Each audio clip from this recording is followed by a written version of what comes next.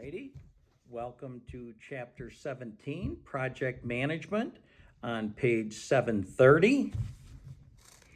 We're getting down toward the end.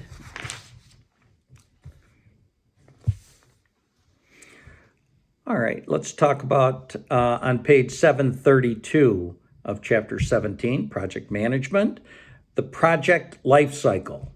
For those of you that are in the business program, a little more familiar with this, but the project life cycle is initiating, planning, executing, monitoring and controlling, and finally closing. Closing. This phase ends the project. It involves handing off project deliverables, obtaining customer acceptance, documenting lessons learned, and releasing resources. Documenting lessons learned is a huge deal that you should do a lot more often than you probably do. And if you're in the ITM program, that's the last thing that I require that you to do with your capstone project is to capture lessons learned. If you had to do attack a similar project in the future, what did you learn that would make it so much easier in the future? Lessons learned. So that's in the closing phase of your project. On page 735 at the top, key decisions in project management. One is deciding which projects to implement. And sometimes we call that the business case, is why do this and why do it now? And to do that right, it's got to be in terms of numbers. We have limited resources. We can only do so many things so often. Why should we do this now? Is deciding which projects to implement. On page 737 in the middle, project champions. Project champion is a person who promotes and supports a project. Project champions. Some companies make use of project champions. These are people usually within the company who promote and support the project.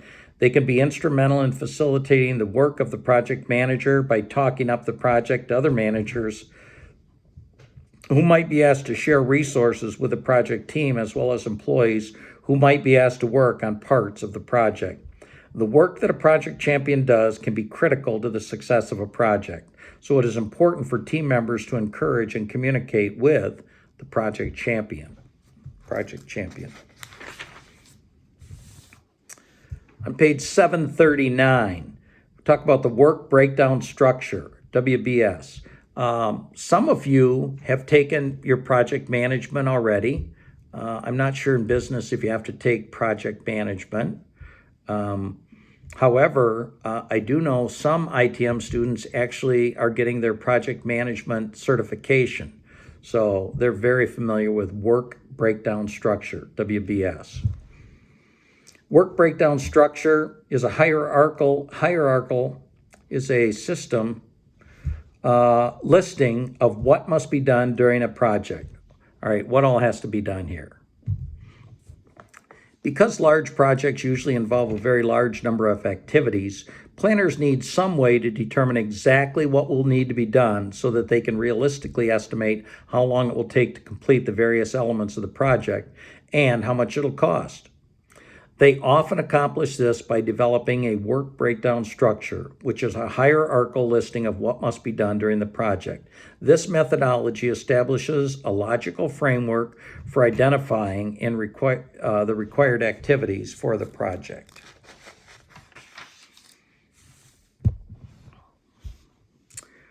On page 740, under PERT and CPM, PERT stands for Program Evaluation and Review Technique, whereas CPM stands for Critical Path Method.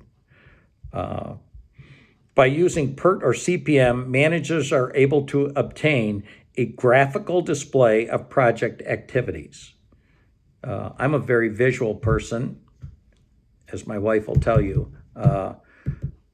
We cleaned our hot tub room one time, and she put a whole bunch of stuff in a tub, and since I couldn't see it, it was in the tub, basically bought everything in there, including my hunting things. So visual. PERT, Program Evaluation and Review Technique for Planning and Coordinating Large Projects, what PERT is really good for. Network or precedent diagram is a diagram of project activities that shows sequential relationships by use of arrows and nodes. So, it's hard to get to it's hard to put the cake in the oven if you haven't made the cake. So it talks about those relationships. On page 741, critical path. Critical path is the longest path, determines expected project duration. Critical path. Page 742, slack. Slack is allowable slippage for a path, the difference between the length of a path and the length of the critical path. That's slack.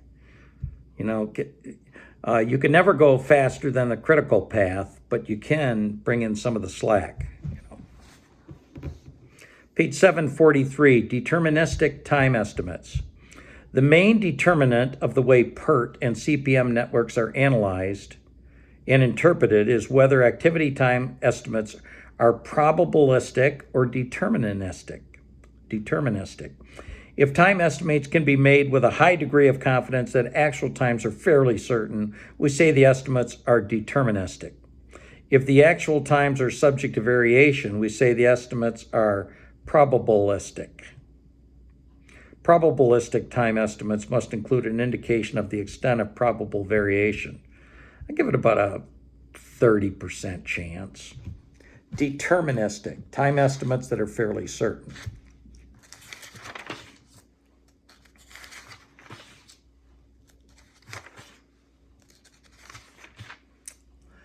On page 751, under probabilistic time estimates, the preceding discussion assumed that activity times were known and not subject to variation. While the condition exists in some situations, there are many others where it does not. Consequently, those situations require a probabilistic approach. The probabilistic approach involves 3 time estimates for each activity instead of 1. Optimistic time, pessimistic time, and most likely time. We could be done by Friday. Most likely it'll be Monday, but it could go through next Friday. If things don't go right, it could take, another week and a half.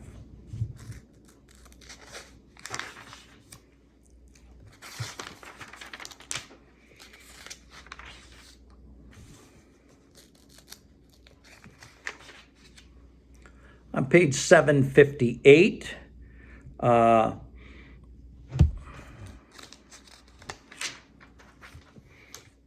time cost trade-offs, crashing. Estimates of activity times for projects usually are made for some given level of resources. In many situations, it is possible to reduce the length of a project by injecting additional resources. The impetus to shorten projects may reflect efforts to avoid late penalties, to take advantage of monetary incentives for timely or early completion of a project, or to free resources for other projects. In those kind of cases, we do what's called crash. Crash is shortening activity durations, or, as we like to say sometimes, throw money at it.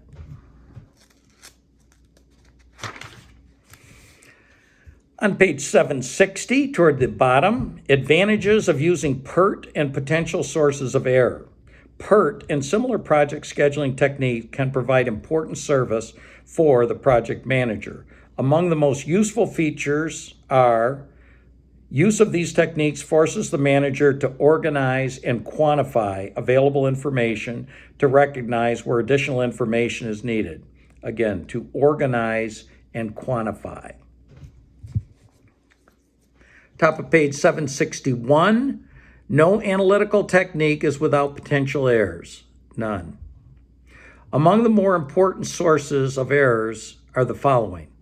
When developing the project network, managers may unwittingly omit one or more important activities. Oh yeah, I forgot. We do have to do that, don't we? The company I used to work for, parts had to be NRAID, which is takes a nuclear reactor and is only done 3 places in North America. The one we used was in California. So even if we would fly the parts there. We would make them on a Monday, fly them there Tuesday, fly them back Wednesday, Thursday they'd be back in the line. So if you forget that, there's 3 or 4 extra days of lead time that you forgot. So don't forget important activities or any activities. Page 763 under risk management. Risks are inherent in projects. They relate to the occurrences of events that can have undesirable consequences, such as delays, increased costs, and an inability to meet technical specifications. In some instances, there is the risk that events will occur that will cause a project to be terminated. Although careful planning can reduce risk, no amount of planning can eliminate chance events due to unforeseen or uncontrollable circumstances. So risks. Not many people predicted the coronavirus.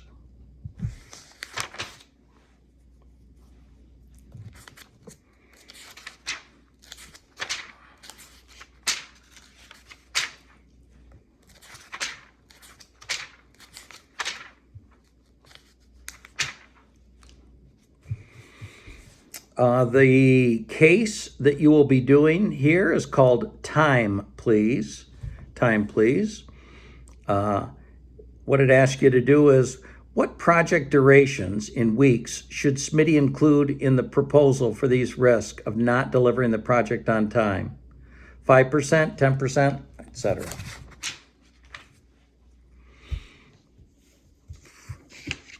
Alrighty, well, that was chapter 17. We're getting down toward the end of the book.